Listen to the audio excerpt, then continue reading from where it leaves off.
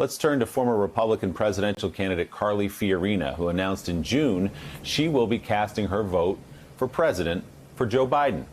Also with us, presidential historian, author, and biographer of President Ronald Reagan, Craig Shirley. The BBC's Katty Kay is back with us as well. Carly, I'll start with you and let you describe what you saw last night. You were in the middle of this process 4 years ago. Of course, you ran for president. President Trump was unkind to you, to put it mildly, in personal terms. What did you think as a Republican, and you are one, about what you saw last night? Well, I think the mashup that you just played was illustrative of a Republican Party that has become captured by Donald Trump and is painting Joe Biden and the Democrats as scary socialists. I would say this, however, as someone who will vote for Biden and hopes very much that he wins. I think Democrats are going to make a very serious mistake if they dismiss and diminish the intelligence or the character of Trump voters. It was one of the mistakes they made in 2016. Hillary Clinton calling Trump voters deplorable. It's a mistake I hope Democrats will not make again by saying every Trump voter is stupid or racist. Here's the thing, and I'm sure the historian at the table can back me up here. Distrust of the federal government is a long-standing American tradition. Distrust of the media is a long-standing American tradition. Distrust of politicians as crooks is a long-standing American tradition. Trump didn't invent those things. He plays on those things. And there are a whole set of Trump voters who know he's a terrible guy, but who say, my life is better under him, and I am afraid of these wacko liberal left-wing people. And scenes like occurred in Wisconsin last night, unfortunately, are playing to all of their fears.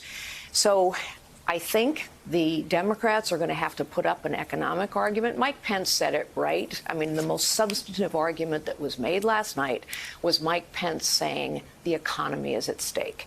That is an argument that Joe Biden is going to have to take on, and he is going to also have to reach out with respect and empathy and humility, all of which he's capable of, to those voters who voted for Obama and then voted for Trump, the farmer, the factory worker in places like Iowa and Wisconsin and Michigan and Pennsylvania. Not call them stupid, not call them racist, meet them where they are and understand why they voted for Trump. Yeah, we certainly should do that and understand why they voted for Trump. Yeah, the economy, that is something that Joe Biden should talk about, because it's the economy that has crashed over the past 6 months, and it's crashed in large part because Donald Trump refused time and time again to listen to doctors. He refused time and time again to listen to scientists. He mocked reporters who asked questions in masks.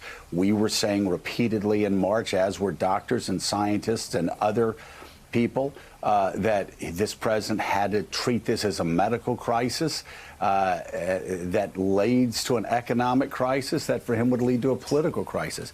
And instead, he just kept ignoring his doctors. It kept saying this was going to magically go away. And the economy has crashed because of it. Small business owners have had their life savings absolutely decimated because of it. And Craig Shirley, as conservatives, you and I have watched what's been going on for the past 4 years, and we have seen a president saying that that Article 2 of the Constitution gave him unlimited power, that Article 2 of the Constitution allowed a president to do whatever they wanted. We've heard his aides go on Sunday's show saying the president's authority shall not be questioned. And we get to this point where we have a frightening convention where they don't even put a party platform out there. I don't care who the Republican nominee or the Democratic nominee would be in this case. That would be against everything that we conservatives have stood for our entire lives. Actually, the framers were fearful of executive authority, especially after the American Revolution and what they saw, the abuses of King George III, which is why Article 1 created the Congress, and Article 2 created a very limited executive office. I can remember going back a long time ago, Platform Week for the Republican Party was actually in some ways more fun than the week of the convention because, you got together with old friends. You could still get reservations at the best restaurants, and delegates from around the country, housewives and retired military personnel and lay leaders and religious leaders and all people from all walks of life would get together and form the committees, the domestic policy, foreign policy, military policy, social policy. They'd form these committees. And they would take testimony from people from all walks of life, captains of industry and politicians and philosophers. I remember in 1980, the Republican platform in Detroit was being constructed. The Democratic mayor of New York City, Ed Koch, actually went to Detroit to testify before the Republican Platform Committee because he thought urban policy was an important issue and he wanted to tell the Republicans about it.